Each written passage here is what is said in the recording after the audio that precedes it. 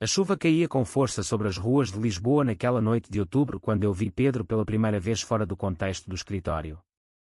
Ele, o noivo da Ana, sempre tão frio e distante nas reuniões da agência, estava ali parado à porta do café perto da baixa com o casaco encharcado e os olhos fixos no chão como se carregasse o peso do mundo inteiro. Eu, Miguel Santos, designer gráfico de 28 anos que sempre evitava dramas no trabalho, não consegui desviar o olhar e naquele instante soube que algo ia mudar para sempre na minha vida.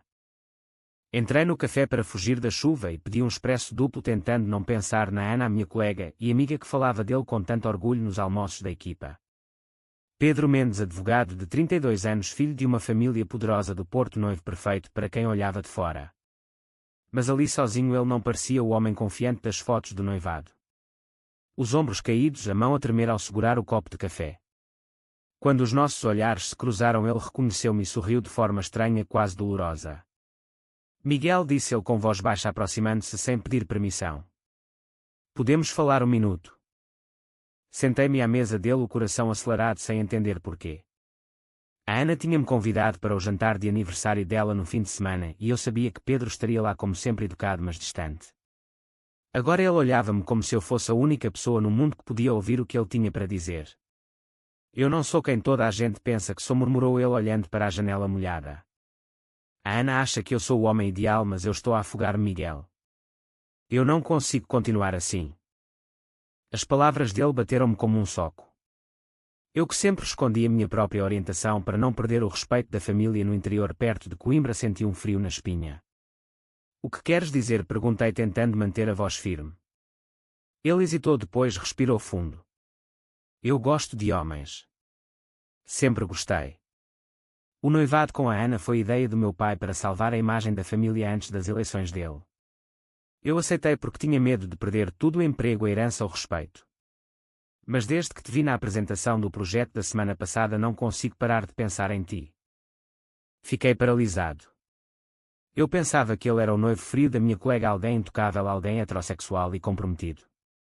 Agora ele estava ali a confessar algo que podia destruir 3 vidas ao mesmo tempo.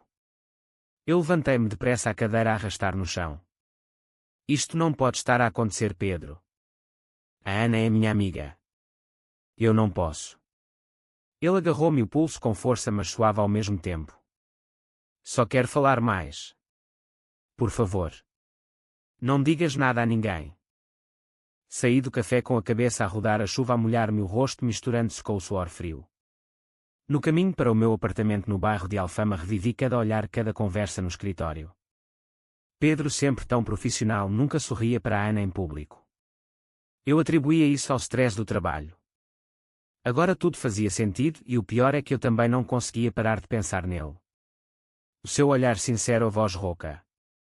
Cheguei a casa, tirei a roupa molhada e sentei-me na varanda a olhar para o rio Tejo. O que ia fazer? Ignorar? Contar à Ana? Ou deixar que aquele fogo que acabara de nascer me consumisse? No dia seguinte, no escritório, a Ana chegou radiante, falando dos preparativos do casamento. Vamos precisar da tua ajuda no design dos convites, Miguel, disse ela abraçando-me. Pedro é tão ocupado com os casos no tribunal, mas ele adora as tuas ideias. Eu forcei um sorriso, o estômago apertado. Claro, Ana. O que precisares. Durante a reunião da manhã, Pedro entrou na sala de conferências de fato cinzento impecável, o ar frio de sempre.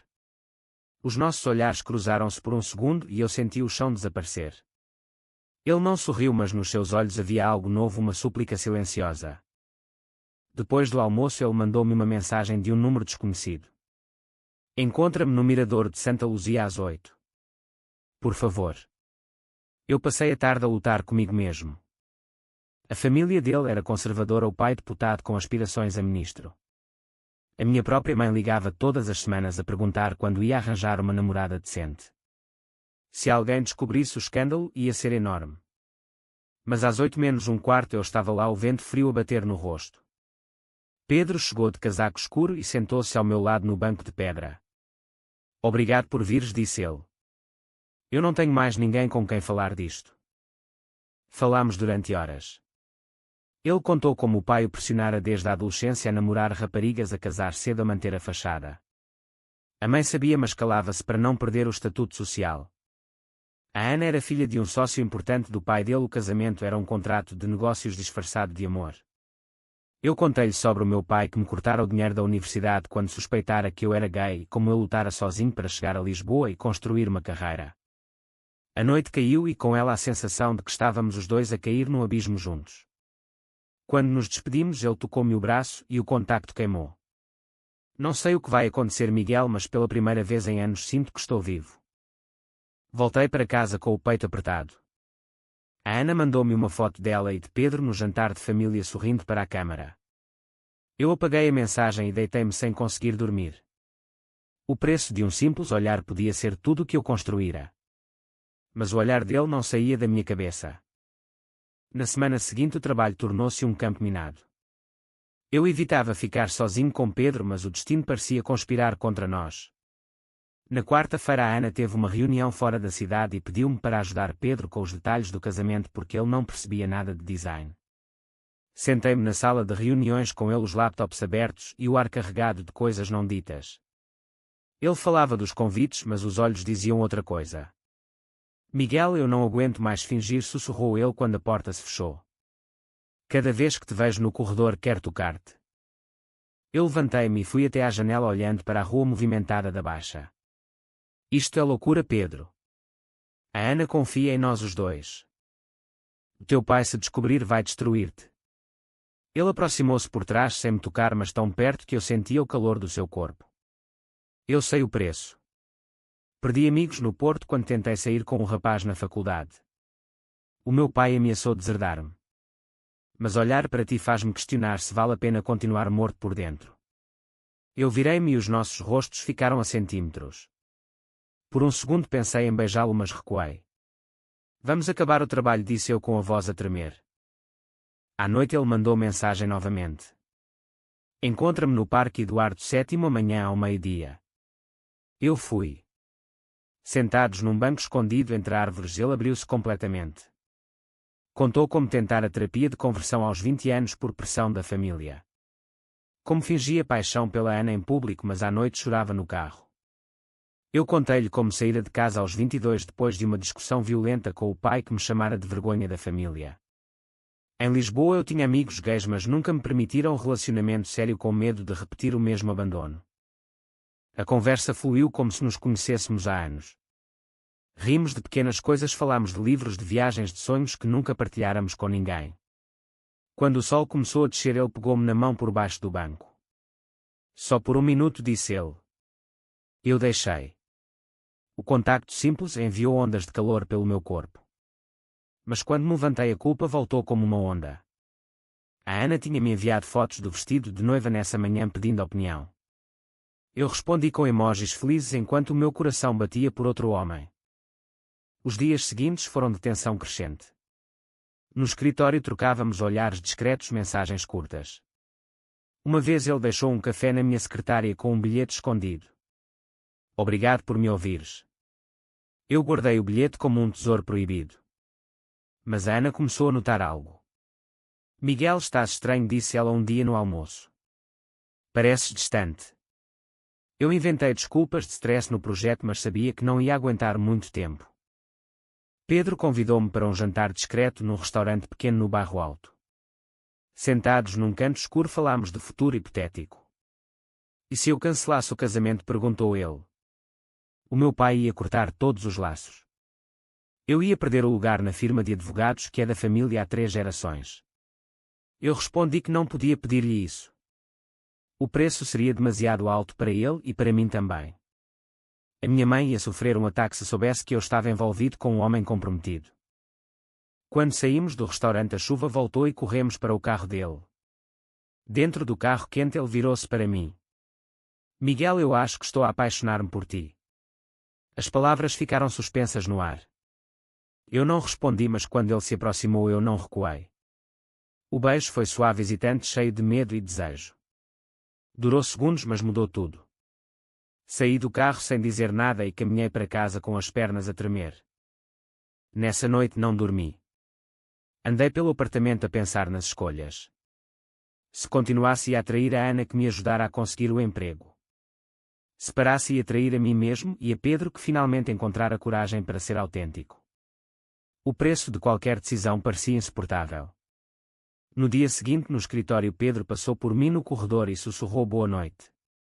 Eu sorri mas por dentro estava em pedaços. O fim de semana do jantar de aniversário da Ana chegou como uma tempestade anunciada. A casa dela em Cascais estava cheia de amigos e família. Pedro chegou de braço dado com ela sorrindo o sorriso frio de sempre. Eu ajudei na cozinha tentando não olhar para ele. Mas durante o brinde ele ergueu o copo e os olhos fixaram-se nos meus por um segundo longo demais. A Ana notou. Depois do jantar, quando estávamos a arrumar, ela puxou-me para o lado. O que se passa entre vocês dois? Perguntou ela em voz baixa. Eu neguei tudo, mas o meu rosto traiu-me. Na segunda-feira a tensão explodiu. Pedro recebeu uma chamada do pai que descobrira mensagens suspeitas no telemóvel dele. O pai veio a Lisboa de propósito e exigiu uma reunião familiar urgente. Pedro contou-me tudo por mensagem. Ele quer que eu avance com o casamento mais cedo ou vai deserdar-me publicamente. Eu respondi que ele tinha de escolher, mas por dentro sabia que o estava a pressionar sem querer. A Ana confrontou-me no escritório depois de uma reunião. Eu vi as mensagens, Miguel. Tu e o Pedro. Como pudeste? Eu tentei explicar que não planeáramos nada, que era mais forte que nós. Ela chorou, depois gritou. Tu eras o meu amigo. Ele é o meu noivo. Vocês destruíram tudo. Eu saí do escritório com o peito apertado, sabendo que o preço da minha felicidade era a dor dela. Pedro encontrou-me à noite no Miradouro. Estava destruído. O pai ameaçou contar a toda a gente, incluindo os sócios da Ana. A minha mãe ligou a chorar dizendo que eu ia matar os pais de desgosto. Eu abracei o Pedro ali mesmo no escuro e pela primeira vez senti que não estava sozinho. Vamos encontrar uma solução, disse eu. Mas eu sabia que não havia solução fácil. Os dias seguintes foram de confrontos constantes. A Ana pediu transferência de equipa para não me ver. Os colegas começaram a murmurar. Um amigo meu gay avisou-me que o rumor já chegara aos ouvidos da direção. Se continuasse eu podia perder o emprego. A minha mãe ligou de Coimbra depois de alguém lhe contar.